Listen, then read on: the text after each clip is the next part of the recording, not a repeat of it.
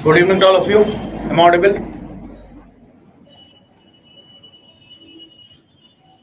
Good evening to all of you. Am I audible to you?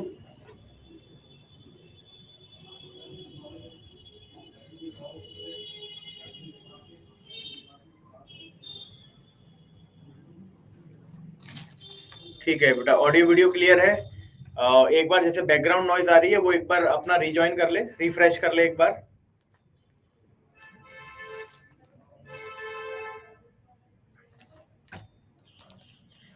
ठीक है, जिस बच्चे को बैकग्राउंड नॉइज आ रही है वो एक बार अपना रिफ्रेश कर ले, रिजॉइन कर ले, वो ठीक हो जाएगा।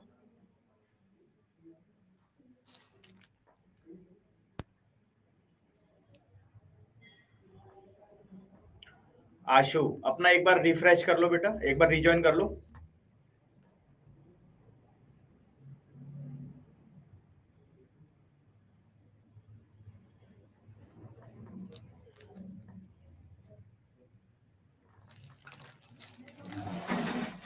ठीक है, कर लिया आशु आपने?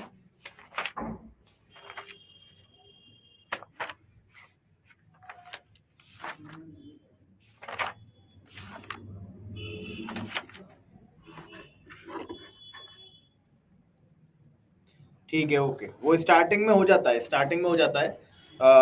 मैं हमेशा बोलता हूँ कि कभी भी कोई भी, ठीक है, देखो जिसकी आवाज क्लियर ना हो वो रिजॉइन कर ले, रिफ्रेश कर ले एक बार, ठीक है, तो वो बिल्कुल क्लियर हो जाएगा।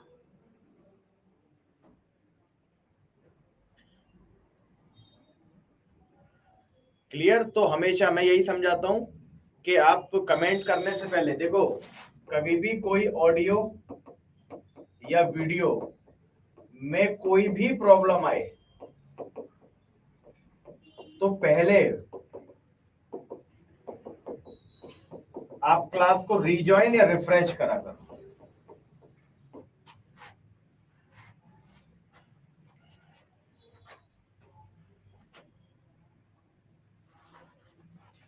ठीक है राम जी, आप रिजॉइन कर लो बेटा, वो भी कुछ नहीं आएगा।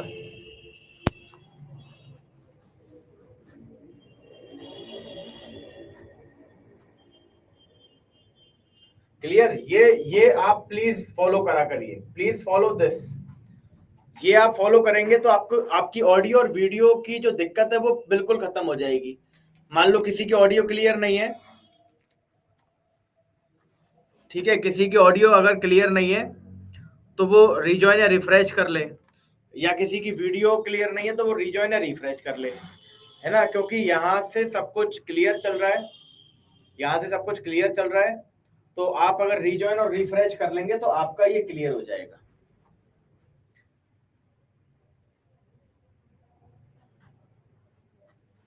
चलिए अब देखो कल हमने क्या पढ़ा था, कल हमने सेक्शन 24 पढ़ा, ठीक, सेक्शन 24 में हमने पढ़ा था कि हाई कोर्ट और डिस्ट्रिक्ट कोर्ट के पास ये पावर है, क्या पावर है, ट्रांसफर करने की, विड्रॉल करके ट्रायल करने की,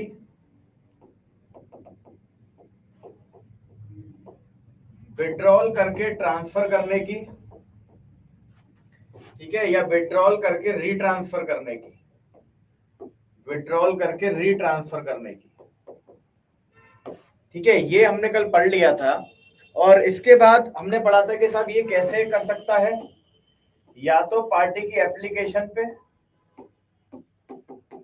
upon the application of parties, ठीक है, या फिर कैसे कर सकता है, सुओ मोटो, ठीक है, यानी कि अपने आप। दोनों तरह से हाई कोर्ट और सुप्रीम कोर्ट क्या कर सकते हैं, ट्रांसफर कर सकते हैं, विड्रॉल कर सकते हैं, विड्रॉल करके चाहे खुद ट्राई करें या फिर ट्रांसफर कर दें या रीट्रांसफर कर दें। क्लियर। तो 24 हमने पढ़ लिया था।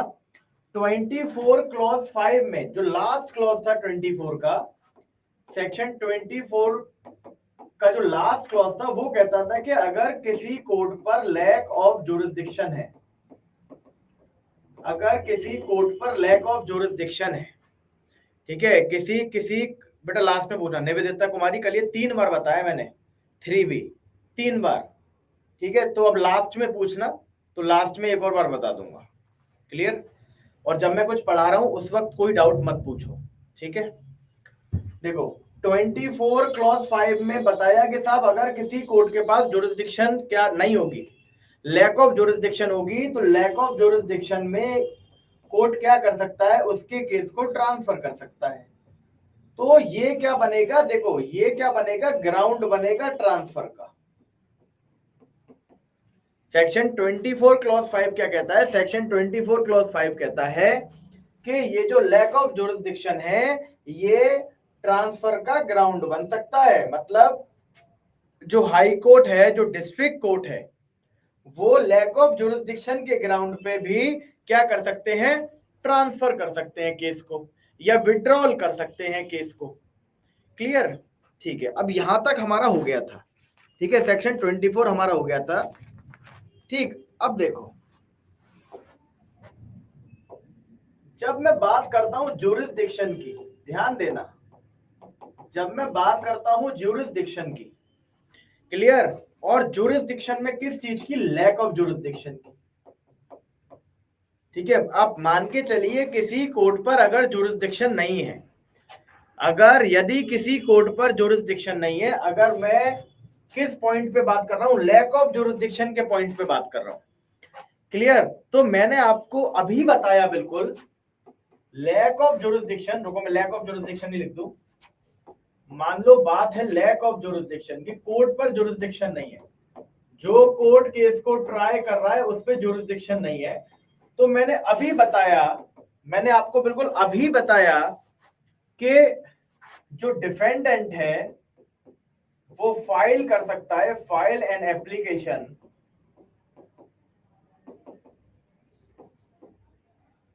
For transfer under section 25, sorry under section 24 clause 5, ठीक है, ये मैंने अभी बताया आपको, ठीक, कि अगर साहब लैक ऑफ जुरिसडिक्शन है तो ये भी एक ग्राउंड बन जाएगा केस को ट्रांसफर कराने का। क्लियर। फिर मैंने आपको पहले हमने पढ़ा था कि साहब अगर जुरिसडिक्शन नहीं होगी तो डिफेंडेंट क्या उठाएगा, डिफेंडेंट रेजेस एन ऑब्जेक्शन। हमने इससे पहले क्या पढ़ा था, ठीक है, जिसे हम बोलते हैं प्रिलिमिनरी ऑब्जेक्शन।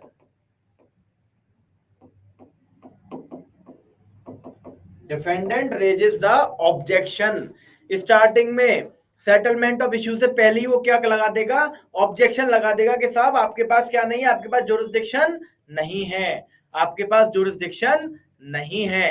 क्लियर। और अगर मैं देखूं लैक ऑफ जुरिस्डिक्शन पे और क्या हो सकता है, एक और केस जो अभी तक हमने नहीं पढ़ा वो ये होता है कि जिस प्लेंटिफ ने सूट फाइल करा है वो खुद सूट को क्या कर सकता है, विड्रॉल कर सकता है। Plaintiff himself withdrawal, plaintiff himself withdrawal the suit with the permission of court, with the permission of court.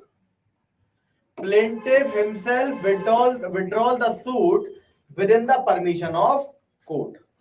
Clear. अब देखो ये दोनों चीजें आपने पढ़ी। रमनजोत आप कल ये पूछ रहे थे और मैंने कहा था कि बेटा इंतजार करो अभी आएगा। क्लियर, अभी आएगा। ठीक है, तो देखो लैक ऑफ ज्यूरिसडिक्शन में पहली एप्लीकेशन तो किसकी आ सकती है, ट्रांसफर की, कि साहब हमारे केस को क्या कर दीजिए आप, हमारे केस को आप ट्रांसफर कर दीजिए। क्यों? क्योंकि इस कोर्ट पर ज्यूरिसडिक्शन नहीं है। तो ज्यूरिसडिक्शन के ग्राउंड पे यदि क्या होगा, ज्यूरिसडिक्शन के ग्राउंड पे अगर आप अपने सूट को फाइल ट्रांसफर कराएंगे तो आपकी एप्लीकेशन जाएगी 24 क्लॉज 5 की। ठीक है, 24 क्लॉज 5 की।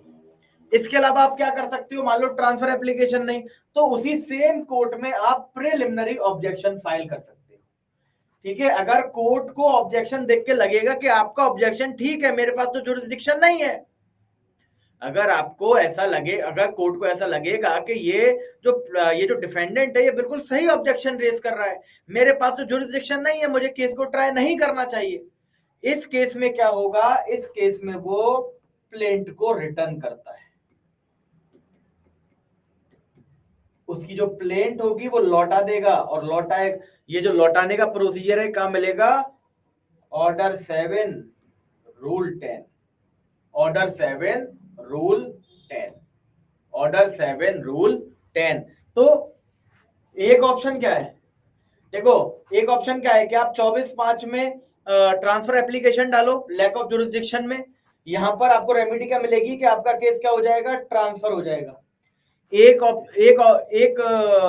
ऑप्शन आपके पास क्या है कि आप ऑब्जेक्शन रेज कर दें, ऑब्जेक्शन रेज, अगर आपका ऑब्जेक्शन सही है, ठीक है, अगर आप क्या करते हो, अगर आप साबित कर देते हो कि आपके पास जुरिसडिक्शन नहीं है तो कोर्ट क्या कर सकता है, प्लेंट को रिटर्न कर सकता है। कहां पर करेगा, ऑर्डर 7 रूल 10 में। ठीक, और देखो कभी कभी क्या होता है, प्लेंटिफ खुद पता चले कि प्लेंटिफ को लग रहा है कि यार बाद में कहीं मेरा ही नुकसान ना हो जाए, ये एडवर्स इफेक्ट ना डाले कोर्ट पे, तो जो है गलती से मैंने गलत कोर्ट में फाइल कर दिया है, अब मैं अपने सूट को क्या करना चाहता हूँ, विड्रॉ करके सही कोर्ट में डालना चाहता हूँ। भाई पूरी डिग्री आ जाए, पता चले कि डिग्री को ये अपील में ले जाए, सेट असाइड करा लाए, हजार झंझट, उससे अच्छा है कि मैं अपने सूट को जो गलत मैंने फाइल कर लिया है, अपने ही सूट को मैं क्या करूं, विड्रॉल करूं, कोर्ट को बताऊं कि साहब मुझे अपना सूट विड्रॉल करना है। क्यों? क्योंकि मैंने गलती से आपके पास इस सूट को फाइल कर दिया और आपके पास जुरिसडिक्शन नहीं है। क्लियर, तो ये किस में होगा, order 23 rule 1, order 23 rule 1 sub clause, ठीक है, रूल 1 सब रूल 3।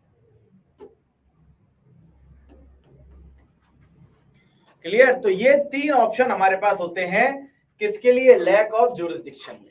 ये 3 ऑब्जेक्शन हमारे पास होते हैं, 3 ये 3 ऑप्शंस हमारे पास होते हैं लैक ऑफ जुरिसडिक्शन के केस में।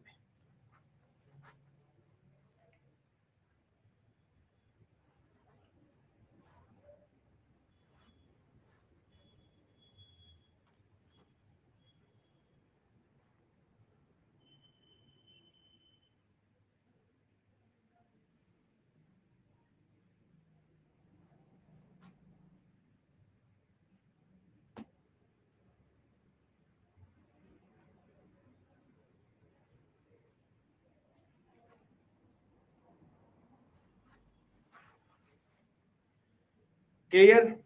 बताइए, ये तीनों ऑप्शन क्लियर हुए आपको? ये तीनों ऑप्शन क्लियर हुए आपको?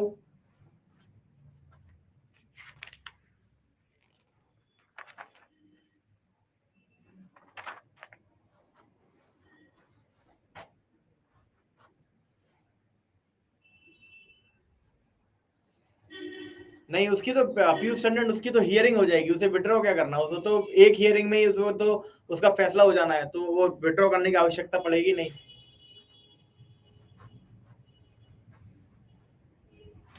अब देखो, अब ये आप ध्यान से अपने मन में बसा लो इस चीज को, ठीक है? अब ध्यान से, एक तो लैक ऑफ ज्यूरिसडिक्शन में क्या करेंगे, ऑब्जेक्शन उठा सकते हैं, ट्रांसफर एप्लीकेशन लगा सकते हैं, या प्लेंटिफ अपने सूट को विड्रॉ कर सकता है with the permission of the court. अब सब यहां पर मान के चलो, यहां पर आपका सूट फाइल हुआ, प्लेंट को दाखिल करा गया, ठीक है? यहां पर WS रिटन स्टेटमेंट आ गया, क्लियर? रिटन स्टेटमेंट आ गया। अब यहाँ पे क्या है, यहाँ पे अब इस पे जुरिस्डिक्शन नहीं है, कोर्ट पे जुरिस्डिक्शन नहीं है, क्लियर? कोर्ट पे, अब यहाँ पे डिफेंडेंट को रियलाइज हुआ, यहाँ पे डिफेंडेंट को रियलाइज हुआ कि साहब इस पे क्या है, लैक ऑफ जुरिस्डिक्शन है, इस पे तो जुरिस्डिक्शन ही नहीं है, ये क्यों मेरा केस जो है ट्राई कर रहा है, ये कैसे मेरा केस को ट्राई करेगा, मेरे सूट को ट्राई करेगा, इस पे तो जुरिस्डिक्शन ही नहीं है। तो देखो, अब ये क्या कर सकता है, अब इस पे क्या क्या ऑप्शन है, एक ऑप्शन है कि ट्रांसफर एप्लीकेशन फाइल कर दे, मतलब ये चला जाए 24 क्लॉज 5 में, और दूसरा ऑप्शन है कि साहब ये रिटर्न, प्लेंट को रिटर्न कराने के लिए प्रिलिमिनरी ऑब्जेक्शन फाइल कर दे, ऑब्जेक्शन रेज कर दे कि साहब इसकी प्लेंट को लौटा दो, क्यों? क्योंकि आपके पास जुरिस्डिक्शन नहीं है। तो ये दोनों, ये भी कर सकता है, दोनों रेमेडीज के पास है, दोनों को अवेल कर सकता है, क्लियर? दोनों को अवेल कर सकता है। अब मुझे बताओ, अगर ये, अब मान के चलो अगर ये प्लेंट सिविल जज के कोर्ट में पड़ी हुई है,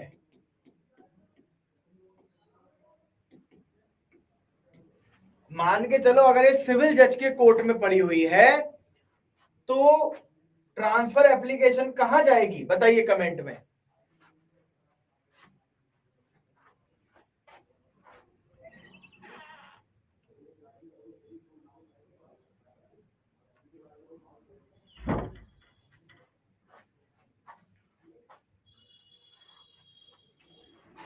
ठीक है, डिस्ट्रिक्ट कोर्ट, डिस्ट्रिक्ट कोर्ट। और अगर ये ऑब्जेक्शन फाइल करेगा तो किस कोर्ट में करेगा, बताओ? अगर ये ऑब्जेक्शन फाइल करेगा तो किस कोर्ट में करेगा, अगर ये ऑब्जेक्शन फाइल करेगा तो किस कोर्ट में करेगा? सिविल जज के कोर्ट में, इसी कोर्ट में कि भैया मैं ऑब्जेक्शन लगा रहा हूं, यहीं पर एप्लीकेशन लगाएगा ऑब्जेक्शन की, है ना? इसी कोर्ट में ऑब्जेक्शन की एप्लीकेशन लगाएगा, क्लियर? इसी कोर्ट में, तो ये लगाएगा सिविल जज में। बहुत ध्यान से समझना कॉन्सेप्ट को, बहुत ध्यान से।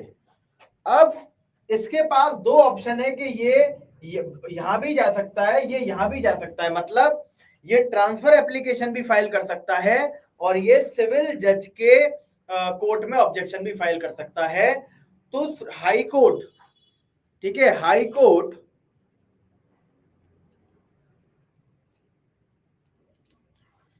ठीक है, हाई कोर्ट और डिस्ट्रिक्ट कोर्ट, मतलब जो ट्रांसफरिंग कोर्ट होते हैं, ट्रांसफरिंग कोर्ट में जब आप जाते हो तो ट्रांसफरिंग कोर्ट क्योंकि बड़े कोर्ट होते हैं, या तो ट्रांसफर कौन करेगा, या तो डिस्ट्रिक्ट कोर्ट करेगा या फिर हाई कोर्ट करेगा। तो जब आप ट्रांसफर एप्लीकेशन लेके जाते हैं तो आपसे पूछा जाता है कि क्या आपके पास कोई और अल्टरनेट रेमेडी नहीं थी, आप ट्रांसफर कराने के लिए बड़े कोर्ट में आ गए, क्या छोटे कोर्ट से ये प्रॉब्लम सॉल्व नहीं हो पा रही थी? क्लियर भाई? अगर मान लो आपको क्लास में कोई दिक्कत है तो आप क्लास टीचर से कहोगे, अगर क्लास टीचर सॉल्व ना कर पाए तो आप प्रिंसिपल के पास जाओगे, क्लियर? हालांकि आप दोनों तरफ सकते हो, बट मान के चलो आप डायरेक्ट प्रिंसिपल के पास चले गए तो प्रिंसिपल आपसे ये पूछेगा कि आपको आपने अपने क्लास टीचर को ये बात नहीं बताई क्या आपके क्लास टीचर को ये बात नहीं बताई क्या उन्होंने आपकी प्रॉब्लम का निवारण नहीं किया क्या? क्लियर? तो अगर हम बिना प्रिलिमिनरी ऑब्जेक्शन डाले डायरेक्ट ट्रांसफर एप्लीकेशन डाल देते हैं, क्योंकि हमारा राइट तो ये भी है, तो ये हमें डिस्ट्रिक्ट कोर्ट या फिर हाई कोर्ट जिसमें हमने ट्रांसफर एप्लीकेशन डाली है ना, वो हमें ये हिदायत देते हैं कि अगर तुम पे ऑल्टरनेट रेमेडी मौजूद है तो आप पहले वो ऑल्टरनेट रेमेडी जाके ले लो, ठीक है? डायरेक्टली ट्रांसफरिंग कोर्ट पे आने की आवश्यकता नहीं है। समझ गए? तो हमेशा देखो, जैसे रिट पिटीशन में जैसे हमारे पास ऑप्शन है कि हम हाई कोर्ट भी जा सकते हैं, सुप्रीम कोर्ट भी जा सकते हैं, तो हम पहले क्या करते हैं, पहले कोशिश करते हैं हाई कोर्ट में जाने की, ठीक है? पहले कोशिश करते हैं हाई कोर्ट जाने की, उसके बाद सुप्रीम कोर्ट जाते हैं। तो ऐसे ही यहां पर देखो, डिस्ट्रिक्ट कोर्ट और अगर सिविल जज कोर्ट में जाने का हमें ऑप्शन है, दोनों के पास जाने का अगर हमारे पास ऑप्शन है और हमें चुनना है, तो पहले हमें किस में जाना चाहिए? पहले हमें लोअर कोर्ट में जाना चाहिए अगर ऑप्शन है तो, उसके बाद हाई कोर्ट या हायर कोर्ट का दरवाजा खटखटाना चाहिए। क्लियर? समझ गए? तो मेरे कहने का बस ये मतलब है कि ये जो ट्रांसफर एप्लीकेशन वाली जो चीज है ना, लैक ऑफ जुरिस्डिक्शन में, ये रेयरली यूज होती है, क्योंकि इसी के पैरेलली हमारे पास एक क्या होती है, रेमेडी होती है सिविल जज कोर्ट में, मतलब उस सेम कोर्ट में ऑब्जेक्शन रेज कराने की। क्लियर? तो हम ज्यादातर कौन सी रेमेडी यूज करते हैं? प्रिलिमिनरी ऑब्जेक्शन वाली। इतना क्लियर आपको? बताइए, ये बात क्लियर है आपको?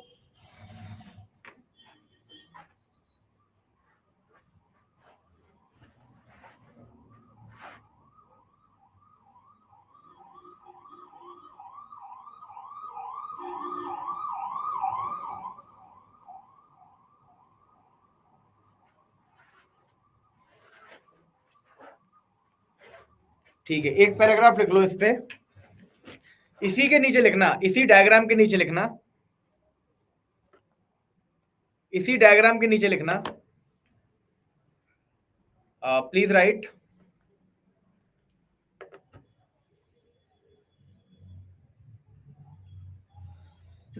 इन सच केसेस, जो इसी डायग्राम के नीचे लिखना, in such cases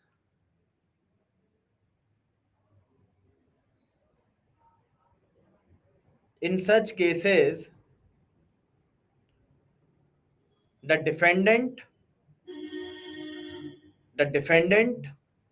who finds that the defendant who finds that the defendant who finds that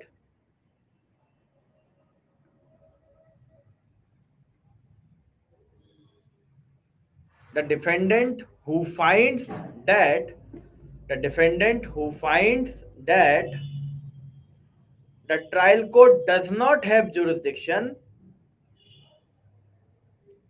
finds that the trial court does not have jurisdiction, trial court does not have jurisdiction to try the suit, to try the suit, to try the suit, then he may file an application of, then he may file an application, then he may file an application of section 24 clause 5,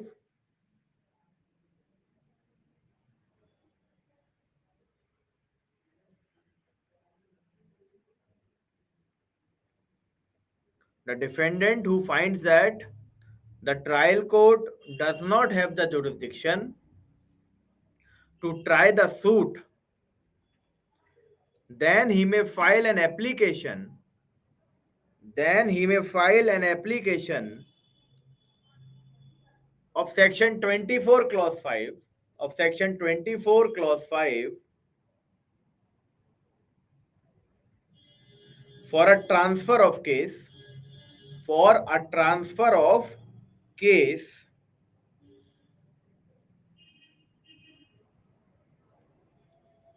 but, आगे लिखिए, but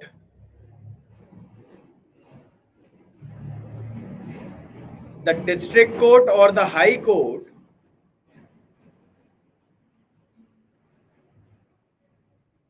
but the district court or the high court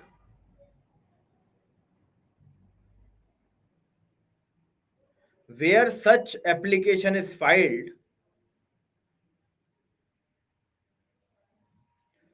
where such application is filed where such application is filed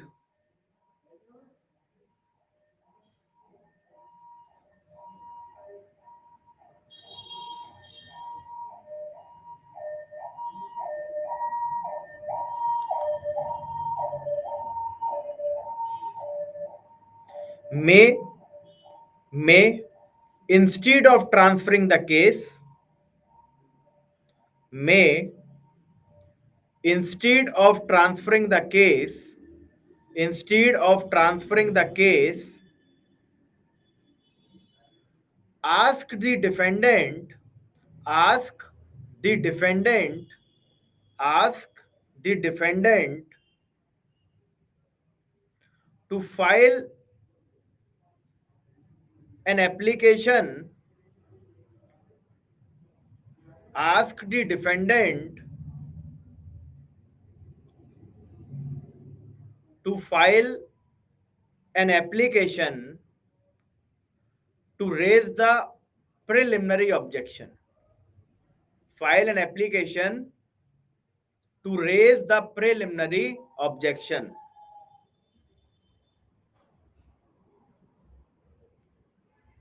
Thus, the High Court or the District Court,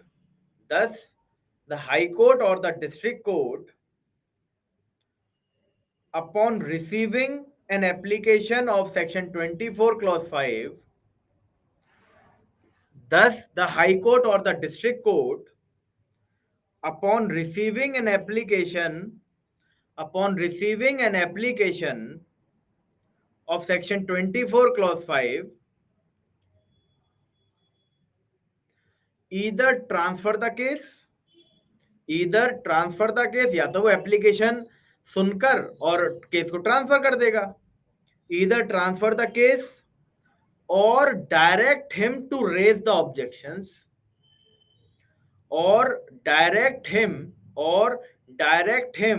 to raise the objections in the trial court itself.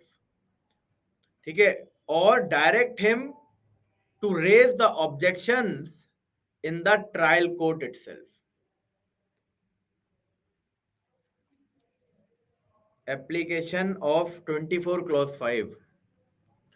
Application of 24 clause 5.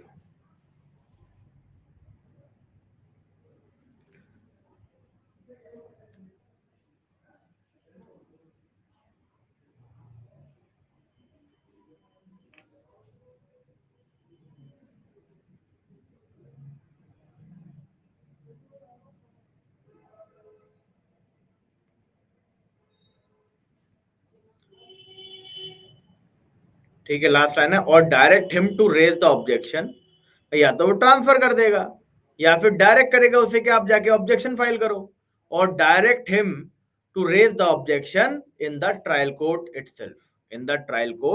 Itself. Clear? अब देखो, अब हमारे पे 3 remedy है lack of jurisdiction में. ठीक है, 3 remedy हैं. अब या तो भाई लैक ऑफ जुरिसडिक्शन है, लैक ऑफ जुरिसडिक्शन में भाई या तो हम अपने केस को ट्रांसफर करा लेंगे, ठीक है, या तो हम अपने केस को ट्रांसफर करा लेंगे, या फिर हम अपने केस को क्या करा लेंगे, रिटर्न हो जाएगी, प्लेंट रिटर्न हो जाएगी, है ना, और या फिर प्लेंट खुद विड्रॉल कर लेगा. ठीक है, या फिर प्लेंटिफ क्या करेगा, खुद विड्रॉल कर लेगा केस को।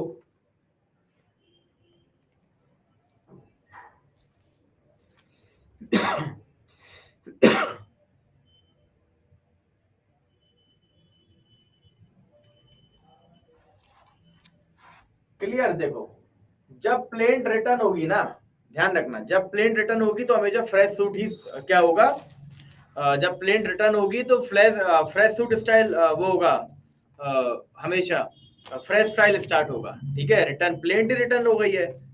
क्लियर, प्लेन टी रिटर्न हो गई है तो फ्रेश ट्रायल को स्टार्ट करेंगे। ठीक है, विड्रॉल में भी वो क्या ले सकता है, परमिशन मांग सकता है फ्रेश ट्रायल स्टार्ट करने की। क्लियर, बाकी ये चीजें हम कर सकते हैं, बताओ क्लियर इतना, ये चीजें हम कर सकते हैं लैक ऑफ जुरिसडिक्शन में। इतना क्लियर आपको?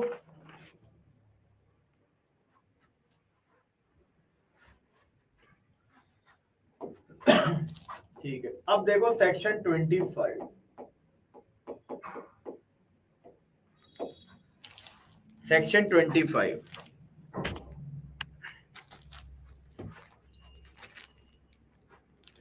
ये मैंने करा है स्टोरी। अगर आपने गुड फेथ में गलत कोर्ट में फाइल करा हुआ है गुड फेथ में, तो वो सब एक्सक्लूड हो जाएगा। ठीक है, वो सब टाइम एक्सक्लूड हो जाएगा आपके रेकनिंग पीरियड में।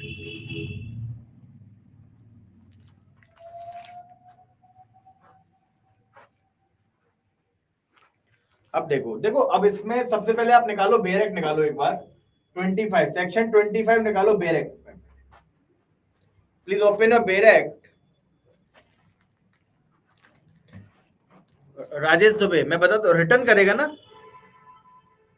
रिटर्न प्लेंट रिटर्न करेगा, है ना। प्लेंट को क्या करेगा, plaint return, return of plaint मैंने लिखा, तो प्लेंट को रिटर्न कर देगा कि ठीक है साहब ऑब्जेक्शन है, सही कह रहे हैं, मुझ पे जुरिसडिक्शन नहीं है, मैं कैसे ट्राई कर लूंगा। प्लेंट को रिटर्न करेगा, कहेगा प्रॉपर कोर्ट में जाके फाइल करो। ठीक है, चलो ये please open a Barack.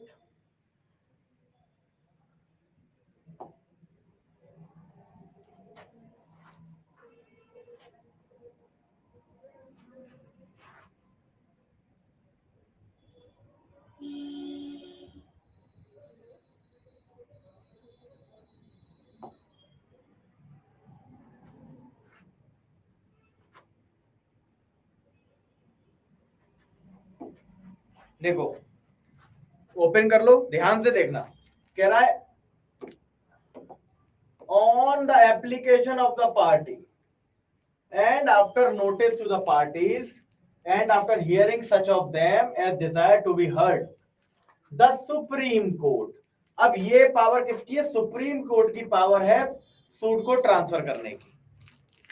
Clear, supreme court. अब सबसे पहली बात तो सबसे इंपॉर्टेंट बात क्या है कि जब हम ट्रांसफर ऑफ हमने सूट पढ़ा था हाई कोर्ट और डिस्ट्रिक्ट कोर्ट का, तो ये सुओ मोटो भी मतलब खुद से भी ट्रांसफर कर सकते थे। Clear, but supreme court suo motu transfer नहीं कर सकता, खुद से किसी केस को ट्रांसफर नहीं कर सकता। कैसे कर सकता है, only upon the application of the party. ठीक है, only upon the application of party, ये सबसे बड़ा अंतर है। इस पे प्रीलिम्स में कभी कभी सवाल बन जाता है कि साहब supreme court transfer of suit कर सकता है, ठीक है, on the application of the party और suo motu both A and B none of the above. तो इसमें क्या है ना, इसमें हमें याद रहता है 24 वाला कि साहब अरे यार सुओ मोटो भी तो कर देता है, और जब हाई कोर्ट और डिस्ट्रिक्ट कोर्ट सुओ मोटो कर सकते हैं तो सुप्रीम कोर्ट तो और बड़ा कोर्ट है ना। बट ऐसा नहीं है। सुप्रीम कोर्ट का जब हम सेक्शन पढ़ते हैं सेक्शन 25, तो स्पष्ट रूप से लिखा हुआ है कि on the application of the party, और जब एप्लीकेशन हम पार्टी की एप्लीकेशन पे ट्रांसफर कर रहे होंगे तो सारी पार्टीज को नोटिस जाएगा ही जाएगा। And after hearing such of them as desire to be heard the Supreme Court may at any stage if satisfied that an order under section is expedient for the ends of justice, direct any suit, appeal or other proceeding be transferred from a high court or other civil court in one state to high court or other civil court in any other state। Clear? मतलब एक case, एक state से, ठीक है, एक state से दूसरे state में अगर किसी सूट को ट्रांसफर करना है, चाहे वो हाई कोर्ट से हाई कोर्ट करना हो या फिर किसी सिविल कोर्ट से सिविल कोर्ट करना हो, जब एक स्टेट से दूसरे स्टेट में करने की बात आएगी तो supreme court, but only upon the application of the party can transfer the suit, appeal or any other proceeding.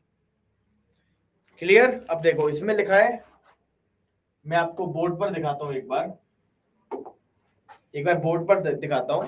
ये कहता है कि साहब supreme court upon the application of the party, supreme court upon the application of the party, upon the application of the party क्या कर सकता है, may transfer the suit, appeal or any other proceeding, ठीक, कहां से, high court और civil court of one state, ठीक है, टू हाई कोर्ट और civil court of other state. ठीक है, मतलब जब एक स्टेट से दूसरे स्टेट में जाएंगे, ठीक है, मतलब एक स्टेट से दूसरे स्टेट में सूट को ट्रांसफर करना है, चाहे हाई कोर्ट से लेके दूसरा हाई कोर्ट हो या फिर एक सिविल कोर्ट से लेके दूसरे सिविल कोर्ट में हो, तो अगर एक स्टेट से दूसरे स्टेट सूट को ट्रांसफर करेंगे तो कौन करेगा, सुप्रीम कोर्ट करेगा। बट इंपॉर्टेंट क्या है, इंपॉर्टेंट है कि ये होगा केवल only on the application of party, only upon the application of party. Clear?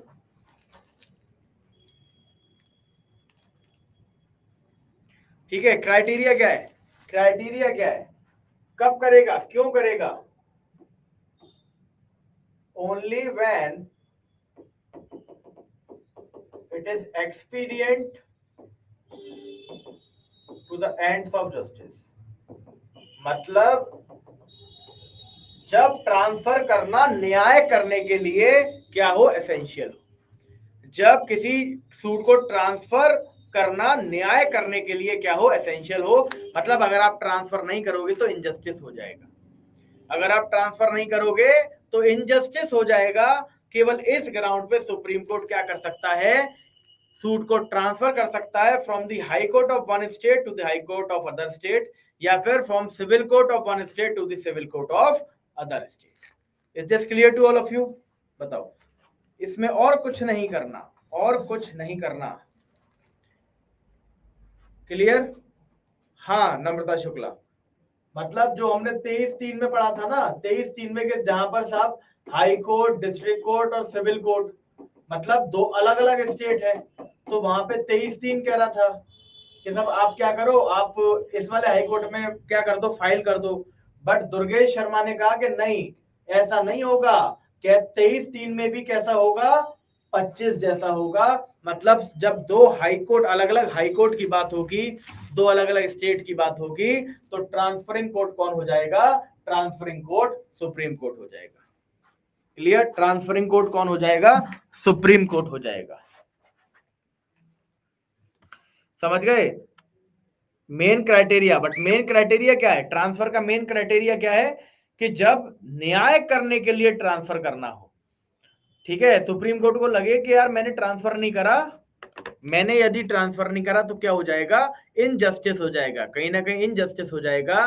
तो ऐसे केसेस में सुप्रीम कोर्ट क्या करेगा, केसेस को ट्रांसफर कर सकता है from the high court of one state to the high court of other state, ठीक है, और civil court of one state to the civil court of other state. Fresh institute होगा, हाँ कृष्णा, फ्रेश इंस्टीट्यूट होगा।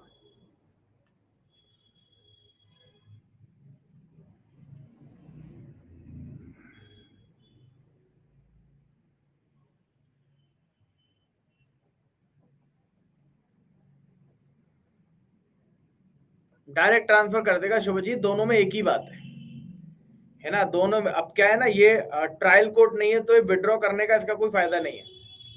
Clear? ये direct transfer कर देगा।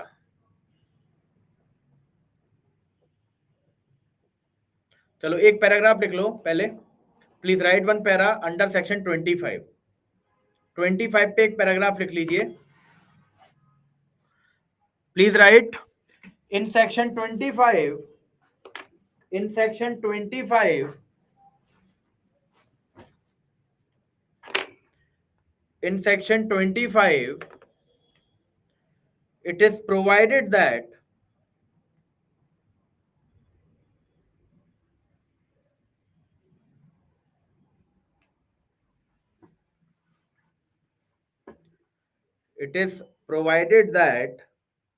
the transfer will be made by Supreme Court। सबसे इंपॉर्टेंट चीज है 25 की कि साहब इसमें कौन करेगा, सुप्रीम कोर्ट करेगा और only upon the application of party करेगा।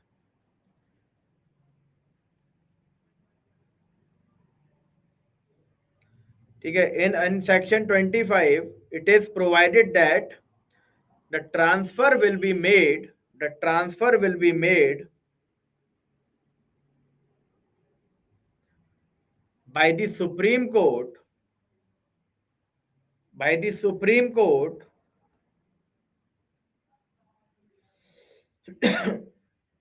only if it finds that, only if it finds that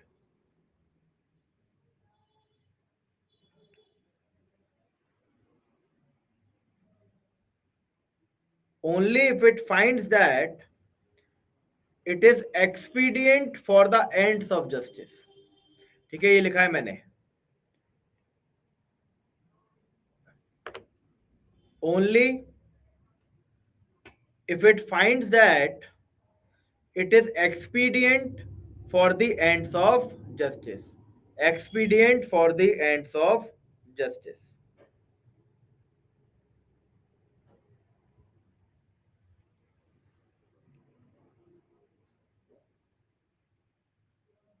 इतना लिख लिया, आगे लिखो expedient here means,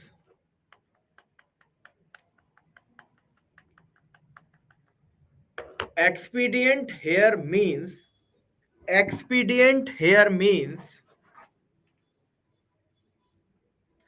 expedient here means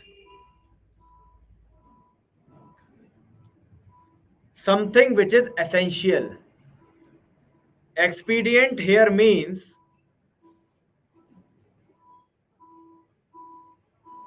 something which is essential, something which is essential। मैंने कहा ना, मतलब जो न्याय करने के लिए एसेंशियल हो, मतलब बिना उसके जस्टिस हो ही नहीं पाएगा। अगर मैंने ट्रांसफर नहीं किया तो जस्टिस नहीं होगा, मैंने ट्रांसफर नहीं किया तो इनजस्टिस हो जाएगा।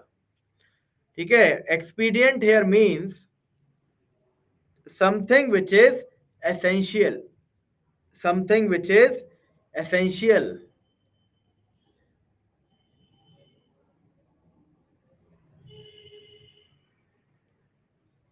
Clear?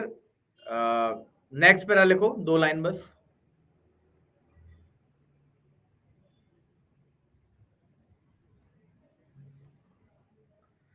Transfer is not made unnecessarily,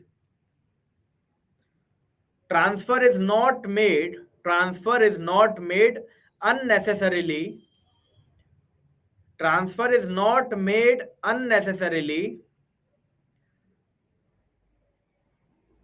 rather it is made only, rather it is made only, rather it is made only,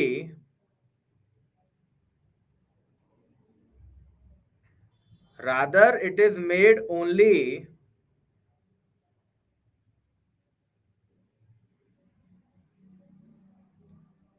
rather it is made only if it is found essential, if it is found essential,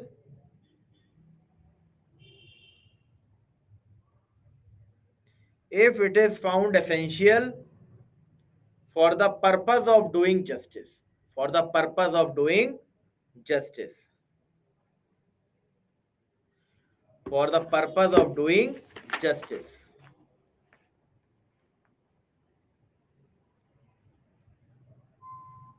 ठीक है, अब देखो एक paragraph लिखो forum of sorry doctrine of forum convenience पे। मैंने बताया था ना, फोरम कन्वीनियंस का मतलब क्या होता है? देखो समझो, एक चीज समझिए, फोरम कन्वीनियंस क्या होता है।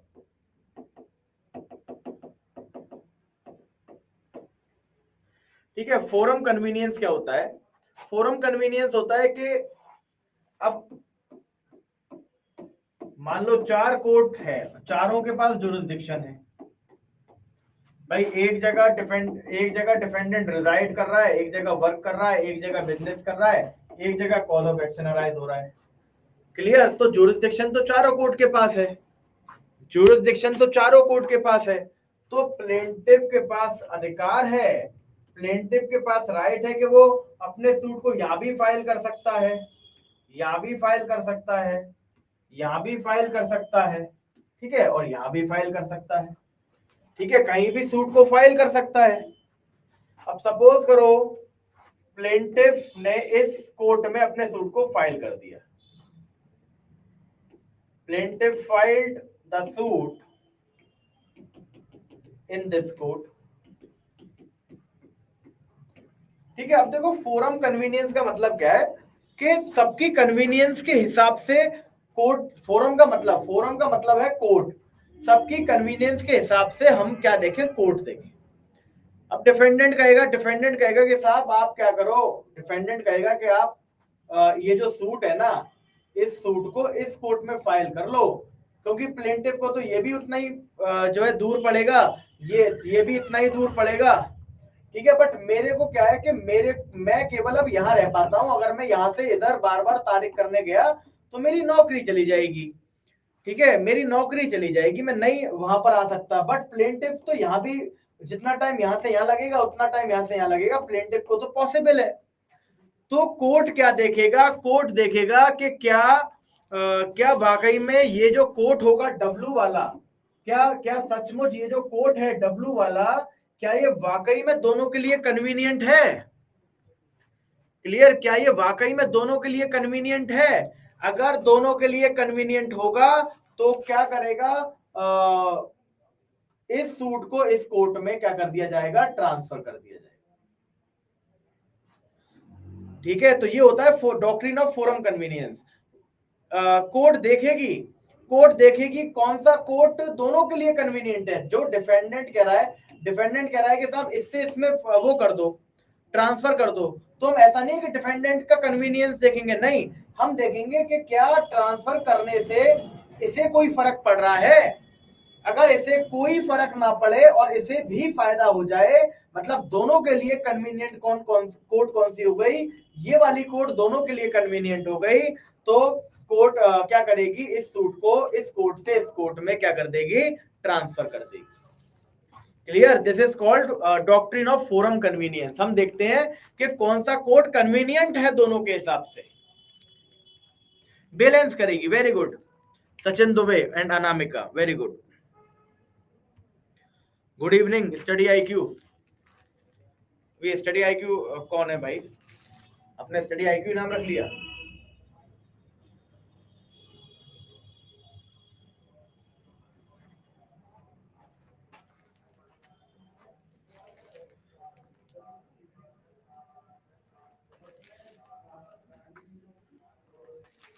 समझ में आ गया, इतना समझ में आ गया आपको, ये बताइए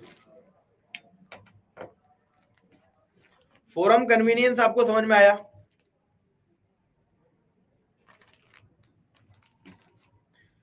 फोरम कन्वीनियंस समझ में आया, इसके बाकी के क्लॉज को हम रीड करेंगे।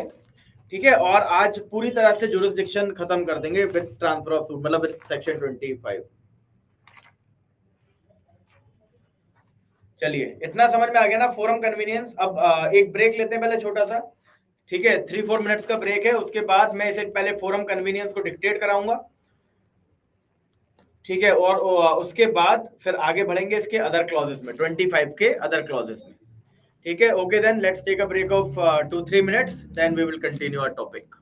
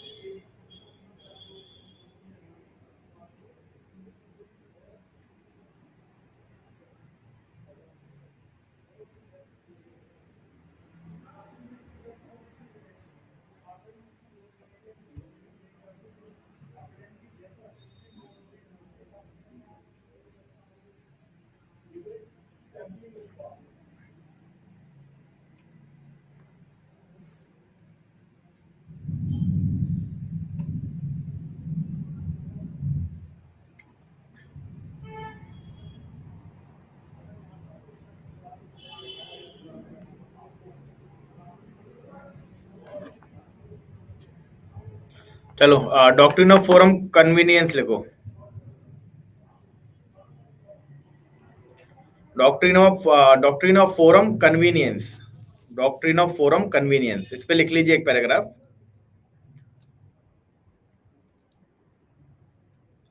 बेटा यहाँ पे कमेंट बॉक्स में बात करोगे ना तो मैं डिसेबल करके जाया करूंगा, जो है लंच लंच कह रहा हूँ उस पे ब्रेक पे डिसेबल करके मैं इसलिए खुला रहने देता हूँ कि ताकि अगर आप रिवाइज कर रहे हैं और कोई डाउट आपके मन में आ जाए तो वो लिख के भेज दें। आप जो है अपने घर घर की बात करने लगते हैं तो ये वो जगह नहीं है जहां पर इस तरह की बात करी जाए। ठीक है, आपको मतलब आप ही मुझे मजबूर करते हो कि मैं चीज़ों को स्ट्रिक्ट बनाऊं, जबकि मैं बहुत ज़्यादा लीनियंट जो है रखना चाहता हूं क्लासेस को, जिसमें मतलब आप भी फ्री हो, आप भी फ्री हो। नहीं, लड़ नहीं रहे थे, आपस की बात शुरू कर देते हैं। ठीक है, नहीं मैं कोई शिकायत नहीं कर रहा, मैं तो बता रहा हूँ आपको कि आप यहाँ पे, क्योंकि बच्चा डिस्टर्ब होता है ना, बाकी बच्चों के पास भी कमेंट जाते हैं। चलिए लिखिए, please right.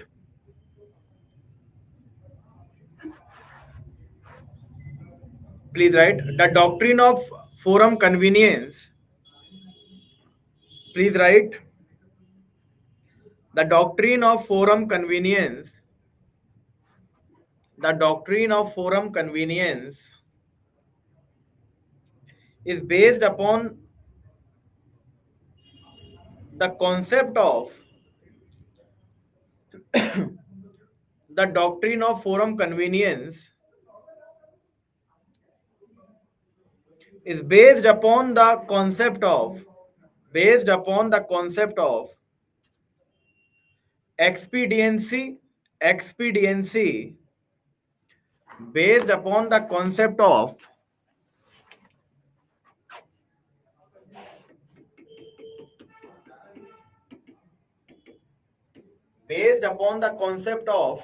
expediency for the ends of justice. Expediency for the ends of justice. Expediency for the ends of justice. ठीक है, मतलब फोरम कन्वीनियंस की डॉक्ट्रिन किस पे बेस्ड होगी? भाई क्या कर रहा है फोरम कन्वीनियंस में? कोर्ट क्या कर रही है? कोर्ट देख रही है कि कहीं जो है कोर्ट इस कोर्ट में सूट चला तो उसके साथ इनजस्टिस तो नहीं हो जाएगा।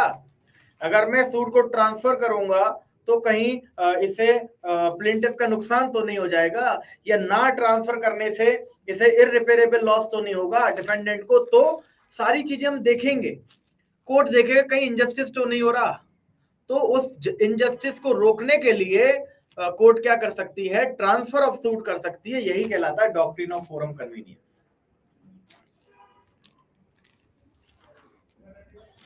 ठीक है, यही कहलाता है doctrine of forum convenience.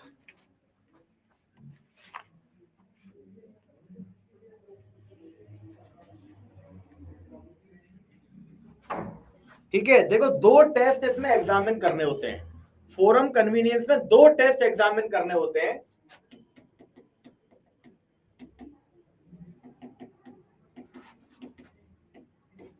Forum convenience में दो टेस्ट हमें एग्जामिन करने होते हैं। Two test are to be examined. दो टेस्ट एग्जामिन करने होते हैं। पहला एसेंशियल मतलब जस्टिस करने के लिए जरूरी है ट्रांसफर करना। ये इसका मतलब होता है क्या बोलते हैं, एसेंशियल। क्लियर? अब देखो,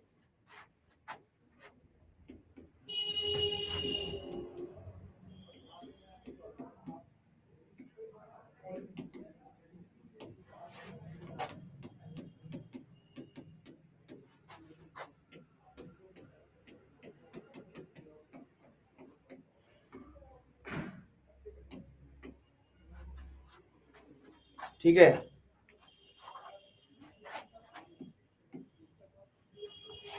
इररिपेरेबल loss to defendant if not transfer, अभी मैं समझाऊंगा। ठीक है, अभी मैं समझाऊंगा, ये लिख लो पहले।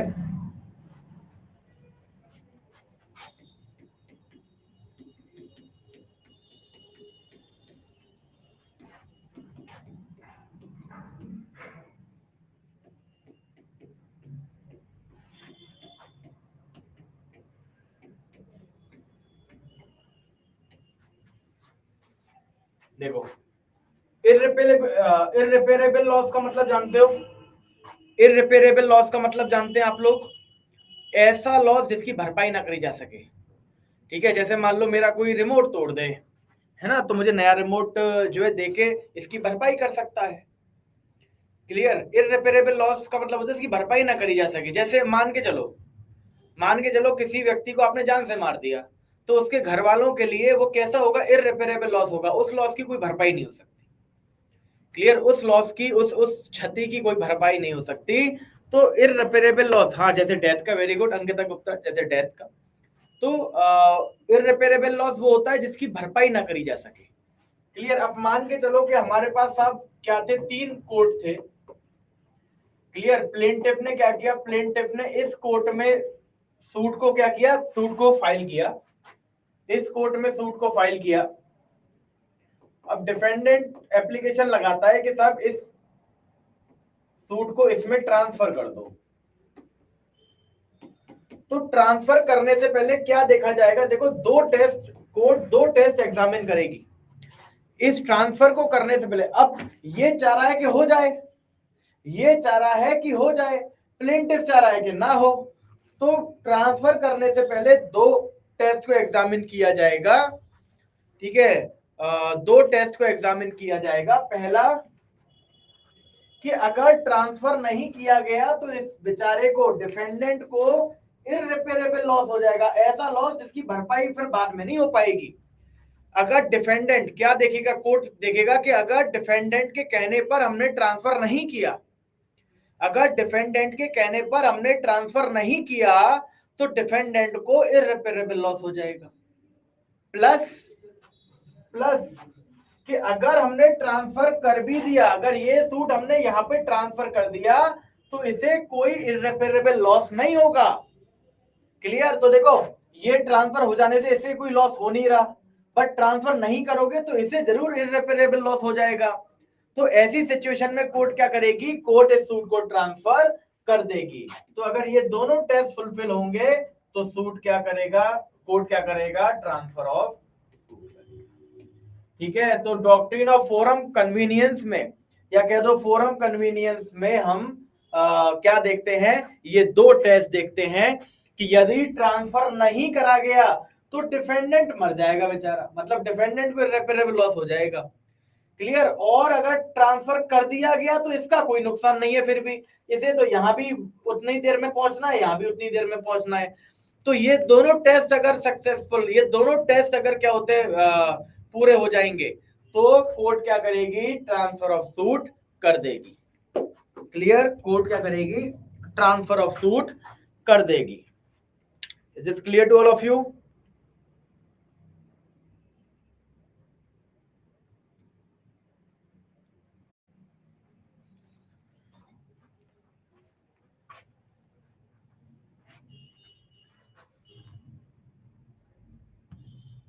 हाँ हाँ, यही देखना है बस नामे का।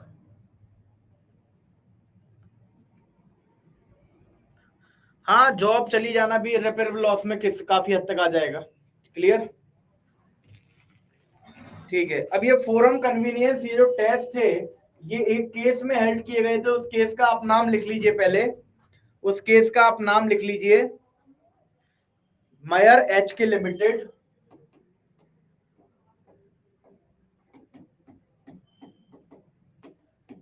वर्सेस, मायर एच के limited versus owner and parties vessel, owner and parties vessel, owner and parties vessel MB Fortune express, MB Fortune express, MB Fortune express. ठीक है, ये केस था 2006 सुप्रीम कोर्ट। अब बताइए, ये समझ में आया बात? नहीं, सूर्य प्रताप दुबे नहीं, केवल हम प्लेंटिफ और डिफेंडेंट को देखेंगे। क्लियर? विटनेस का क्या है, विटनेस को तो पैसा मिल ही जाना है अपोजिट पार्टी से।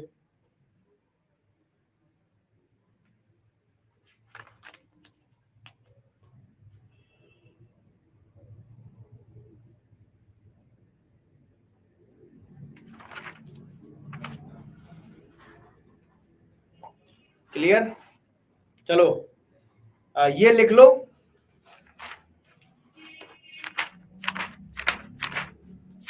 ठीक है, इस पर मैं डिक्टेट करा देता हूं आपको, इस केस को डिक्टेट करा देता हूं। ठीक है, इंपॉर्टेंट केस है फोरम कन्वीनियंस का। 3 पॉइंट इसमें डिक्टेट कराए थे सुप्रीम कोर्ट ने, तीनों पॉइंट मैं आपको डिक्टेट करा देता हूं। इसके बाद हमारा ये टॉपिक पूरा ज्यूरिसडिक्शन का पूरा टॉपिक यहां पर कंप्लीट हो जाएगा। ठीक है, पूरा टॉपिक कंप्लीट हो जाएगा। एक बार समझा देंगे क्या?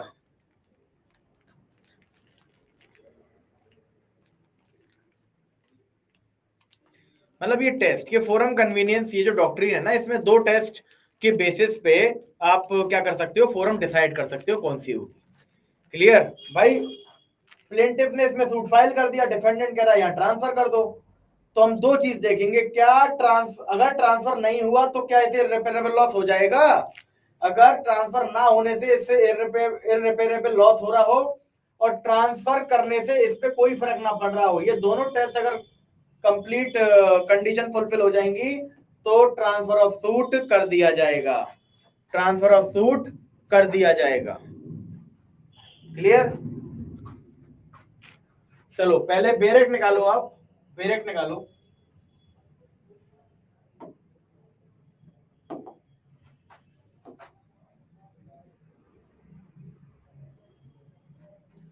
ठीक है, अब देखो इसमें सेकंड, देखो सेकंड क्लॉज देखो इसमें, पहले इसकी क्लॉजेस पहले पढ़ लेते हैं एक बार, और क्लॉजेस में इसमें कुछ है नहीं, वैसे आपको हल्का सा बता देता हूं मैं।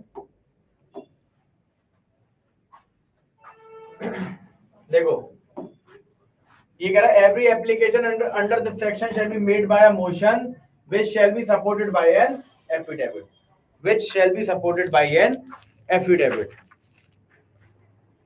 क्लियर? अब इसमें क्या होगा, इसमें देखो इसका मतलब होता है कि 14 दिन का ना नोटिस इसमें दिया जाता है।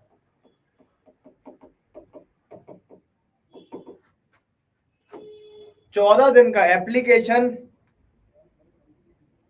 वेरी गुड विनय वेस्ट, वेरी गुड। ठीक है, 14, वेरी गुड, 14 दिन का इसमें क्या दिया जाएगा, नोटिस दिया जाएगा। ठीक है, 14 डेज इसमें नोटिस दिया जाएगा, किसे, अपोजिट पार्टी को। किसे दिया जाएगा, अपोजिट पार्टी को 14 दिन का नोटिस दिया जाएगा।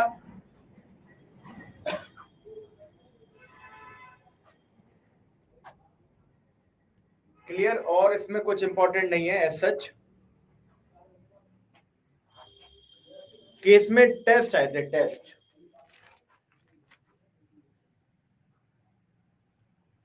ठीक है, फिर ये वही है जो ऊपर हमने पढ़ा था, मतलब जिस कोर्ट में ये सूट अपील या प्रोसीडिंग ट्रांसफर करी जाएगी, ठीक है, वो subject to any special direction in the order of transfer इधर रिट्राइड और proceed from the stage at which it was transferred.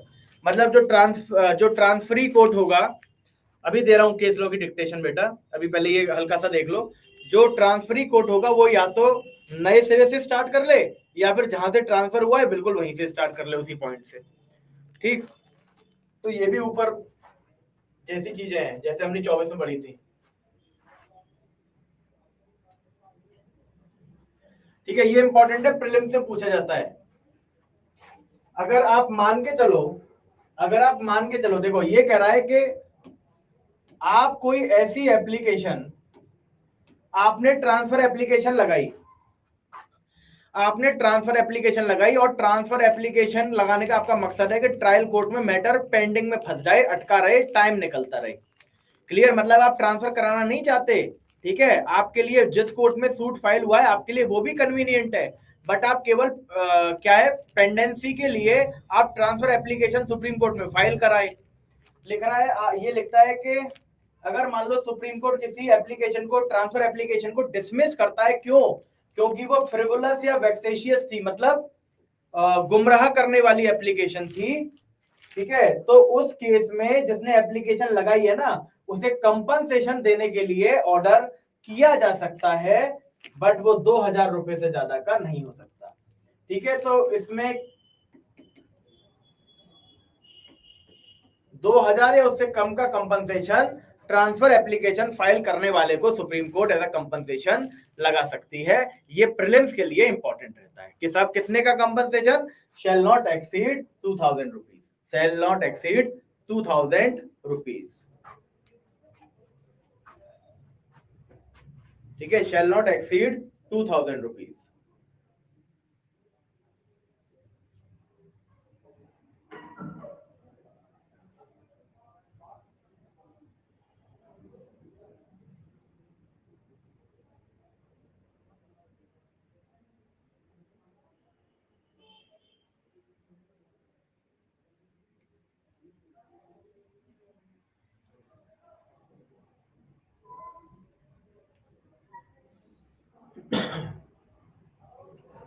Clear. और लास्ट देखो, last, the law applicable to any suit appeal और प्रेजेंट ट्रांसफर सेक्शन।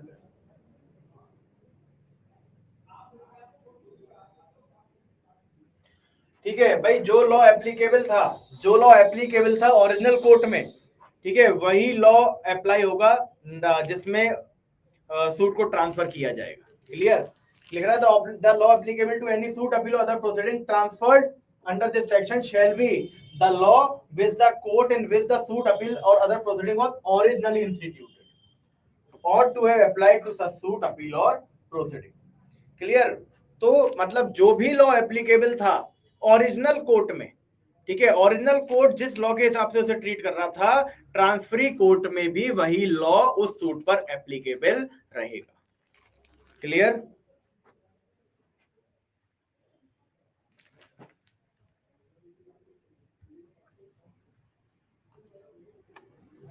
हाँ वत्सल। ठीक है, तो इसमें कुछ नहीं है, तो बेरेट रेटिंग वाली चीज है बस। जो मेन चीज थी वो वही थी, जो मेन चीज थी वो वही थी कि 25 का जो क्लॉज 1 था। ठीक है, अब इस केस को पहले आप लिख लो। भव्य कांचर सर, जो मोशन लिखा है इसका मतलब नोटिस, देखो 14 दिन का नोटिस देते हैं। मोशन का तो एक सिंपल मतलब होता है एक रिटन रिक्वेस्ट, है ना। मोशन का तो मतलब होता है कि आप रिटन में अगर एप्लीकेशन लगाओगे, रिटन रिक्वेस्ट करोगे किसी अटॉर्नी की तरफ से, अगर कोई रिटन रिक्वेस्ट आती है ना, तो वो मोशन कहलाती है। फिफ्थ क्लॉज में महक केवल ये है कि ओरिजिनल कोर्ट में जो लॉ सूट पर अप्लाई किए जा रहे थे, वही लॉ अप्लाई किए जाएंगे ट्रांसफरी कोर्ट में भी। क्लियर। कोड चेंज होने से लॉ नहीं बदलेगा।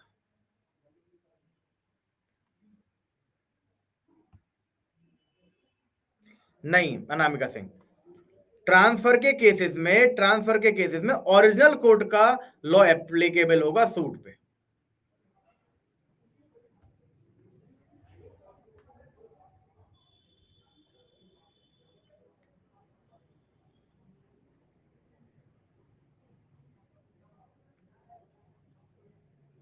ओरिजिनल कोड वाला, ठीक है, ओरिजिनल कोड वाला।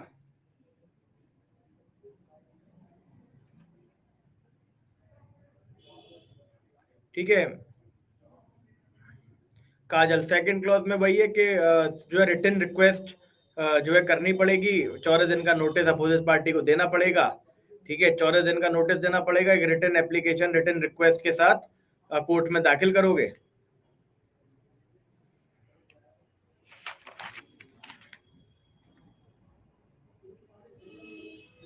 ठीक है, चलो एक पॉइंट लिख लो, पहले पहले केस में लिख लो, केस में पहले केस में 3 पॉइंट लिख लो। ठीक है, उससे क्लियर हो जाएगा।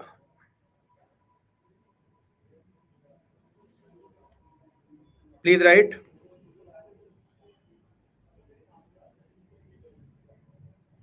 द कोर्ट, फर्स्ट पॉइंट लिखो, फर्स्ट पॉइंट बेटा लिख लो पहले। हाँ Mahak, the court has to examine, the court has to examine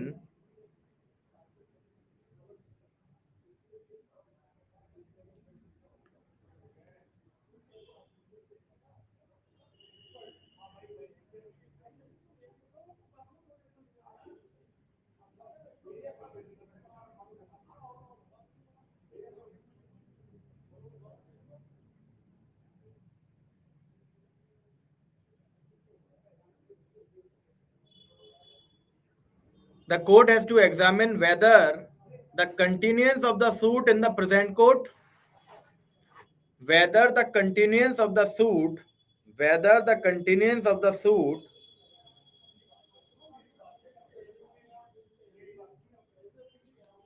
whether the continuance of the suit in the present court, whether the continuance of the suit in the present court will cause extreme inconvenience to the defendant.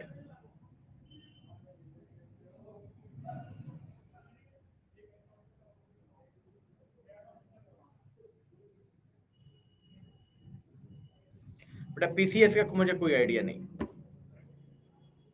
The court has to examine whether the continuance of the suit in the present court, मतलब जिस court में suit चल रहा है अगर उसी में चलता रहे तो क्या बहुत ज्यादा इनकन्वीनियंस हो जाएगी डिफेंडेंट को, ये एग्जामिन करेगा.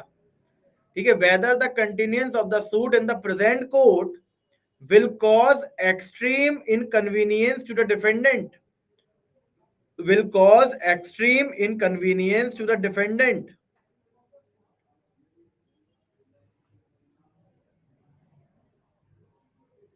सेकेंड पॉइंट लिखिए, please write second point.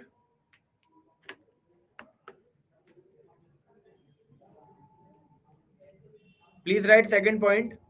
The court will also see whether a transfer of a suit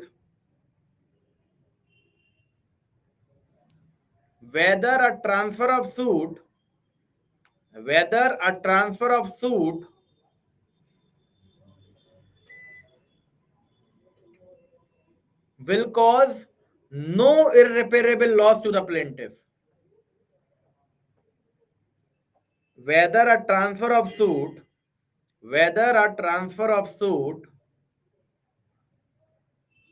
will cause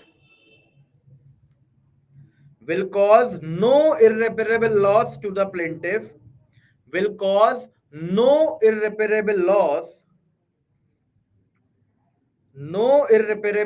to the plaintiff,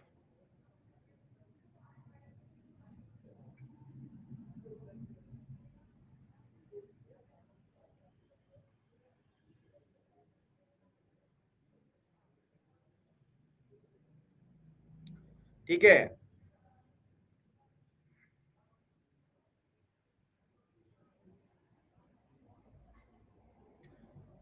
clear. ये 2 पॉइंट हो गए. अब लिखो तीसरा, लिखो तीसरा. If a transfer would cause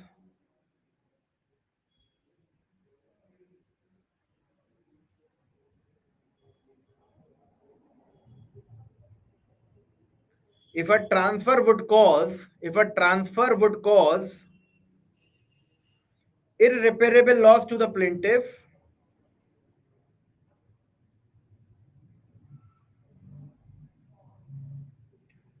if the transfer will cause irreparable loss to the plaintiff,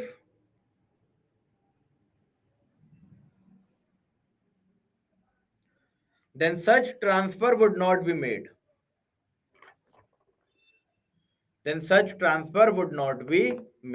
मतलब इसमें ना कहीं जो कोर्ट इंक्लाइंड रहेगा वो प्लेंटिफ की तरफ रहेगा, डिफेंडेंट की तरफ नहीं रहेगा.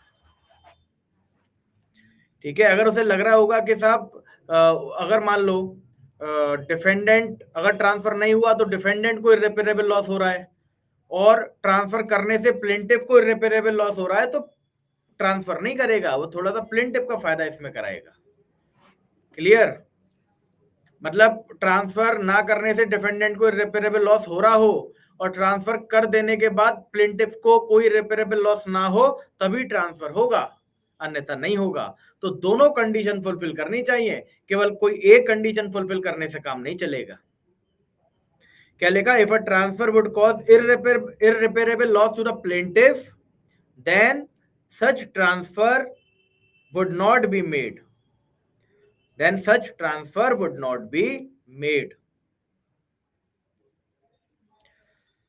अब बताइए, इतना क्लियर आपको? बताइए, is this clear to all of you?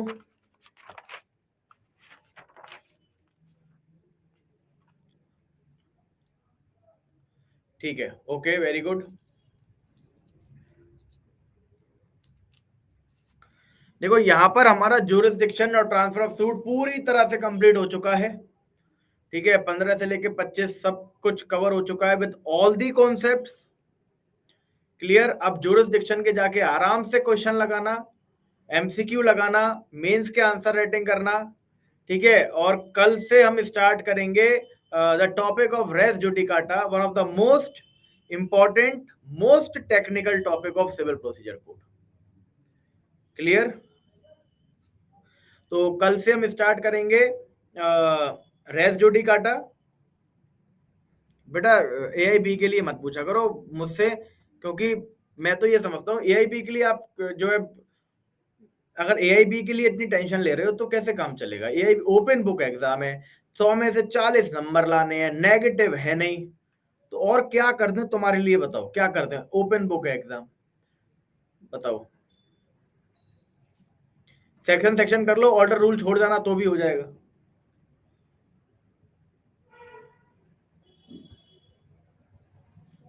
PPT तो मिलेगा, पीपीटी मिलेगा, डिक्टेशन अगर छूट गया है तो रिकॉर्डेड से करना, रिकॉर्डेड से डिक्टेशन कर लेना।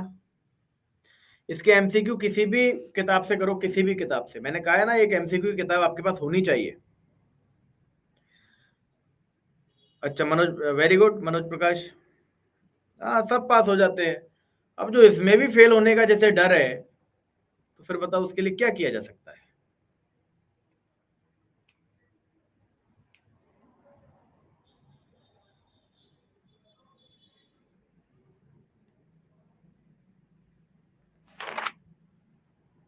पर्पस, देखो पर्पस यही हो सकता है कि फोरम कन्वीनियंस का पर्पस भी हो सकता है।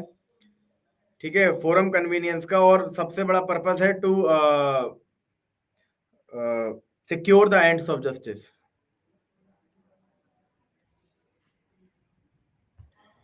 बिहार एपीओ के लिए बेटा नोटिफिकेशन से पता चलेगा, नोटिफिकेशन से।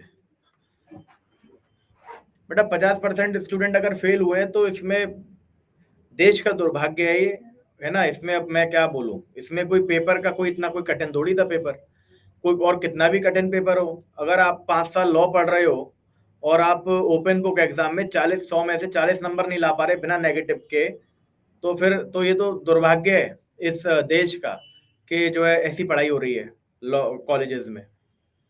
समझ गए? तो और बताओ और कितना कैसे कर दें और क्या रियायतें कर दें कि पास हो जाएं।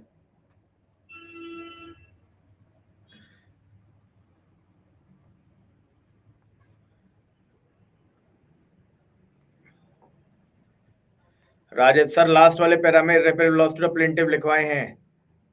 बेटा वो अलग चीज लिखवाई है मैंने, पढ़ के उसका मतलब समझने की कोशिश करो पहले।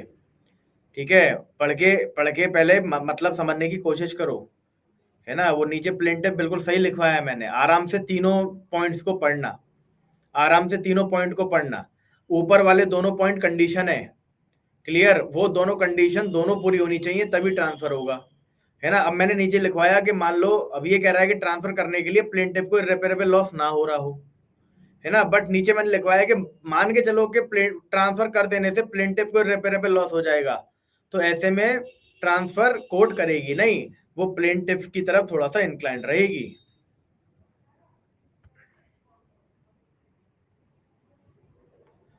जयंती मिश्रा, यही तो मैंने बताया जयंती मिश्रा, कि ऐसे में प्लेंटिफ की तरफ झुकाव रहेगा और ट्रांसफर नहीं होगा केस। समझ गए? हाँ लिख सकते हो हेमा, ये as per the marks of the question depend करेगा।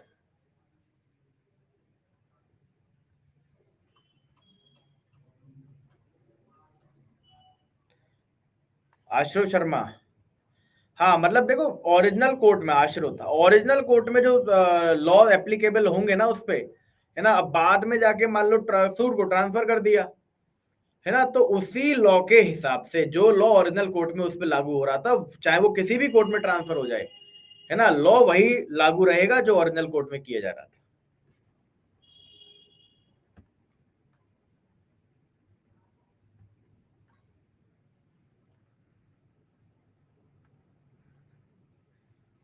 देखो फोरम कन्वीनियंस में आप 22, 23, 24, 25 तीनों चारों लिख सकते हैं।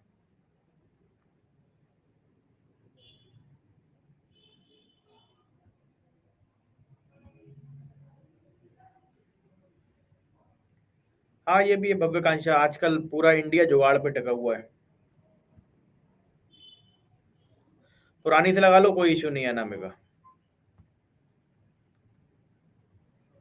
नहीं सुओ मोटो नहीं लेगा, देखो भानु प्रताप सुओ मोटो लेने के लिए ना उसे कॉन्स्टिट्यूशन ऑफ इंडिया का सहारा लेना पड़ेगा, आर्टिकल 142 का। तो 142 में तो जस्टिस को बचाने के लिए वो कुछ भी कर सकता है, कुछ भी, ट्रांसफर, विड्रॉल, एनीथिंग।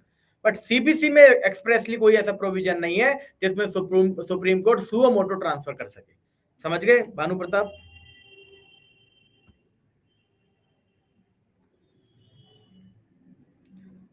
चलिए ठीक है, पूछ लूंगा मैं ग्रोवर, इस बार पूछेंगे, आप आना सैटरडे में। ठीक है, ओके, चलिए क्लियर।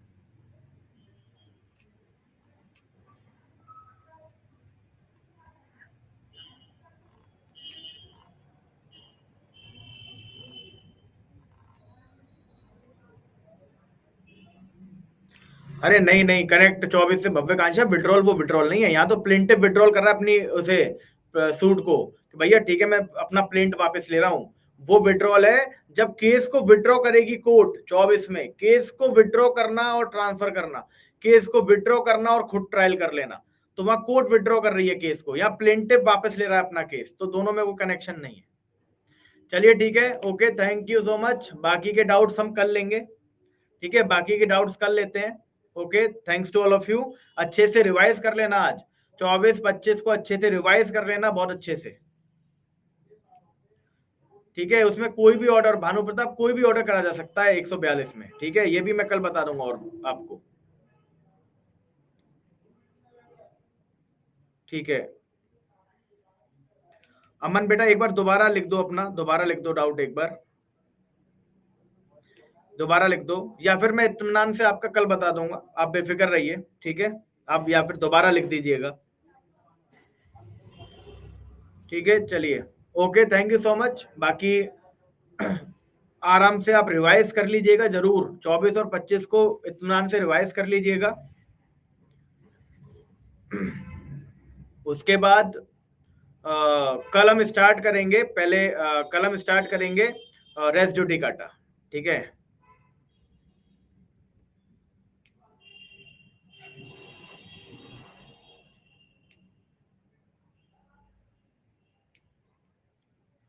चलिए ओके, बाकी अगर किसी का डाउट छूट गया होगा तो कल मैं रेसिड्यू डाटा स्टार्ट करने से पहले डाउट ले लूंगा, और आप आराम से जाइए रिवीजन करिए। 24-25 का कोई भी डाउट होगा कल क्लास में पूछ लेना, कोई इशू नहीं है।